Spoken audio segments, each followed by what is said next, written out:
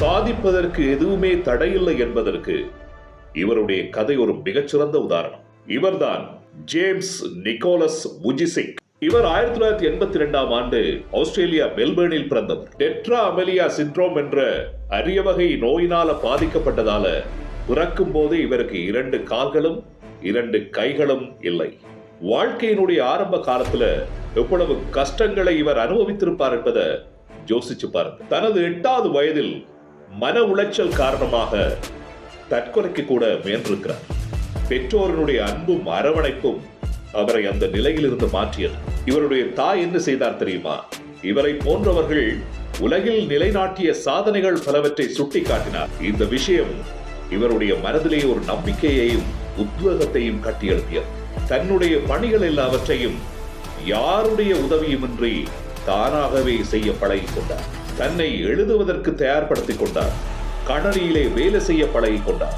Tennis பந்துகளை தூக்கி எறிய, drums இசைக்கருவியை வாசிக்க, டம்ளரிலே தண்ணீர் எடுத்து குடிப்பதற்கு, தலைவாரிக் கொள்ள, பற்களை தீட்டிக் கொள்ள, முகச்சவரம் செய்து கொள்ள தன்னை தயார்படுத்திக் கொண்டார் வுஜிசிக். ஆரம்பத்தில் இவருடைய குறைபாடுகள் காரணமாக பாடசாலைகளில் கூட அனுமதி மறுக்கப்பட்டது. பிறகு சட்டங்களிலே திருத்தங்கள் செய்யப்பட்டு மனநலம் குன்றியவர்களோடு இணைந்து படிக்க வேண்டிய தேவை ஏற்படுகிறது. 7ஆம் வகுப்பிலே படிக்கும் போது பள்ளியில் மாணவ தலைவரானார்.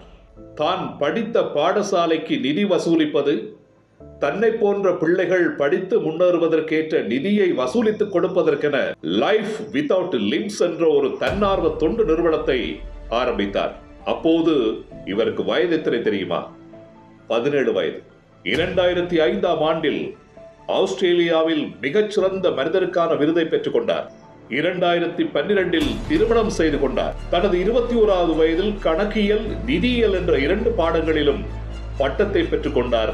கூடவே ஒரு தலை சிறந்த உற்சாகமூட்டும் பேச்சாளராகவும் உலகளவில் பிரபல்யம் பெற்றுக் கொண்டார். தற்போது அமெரிக்காவின் கலிபோர்னியாவில் வசித்து வருகிறார் நிக்ஸ் வுஜிசிக்.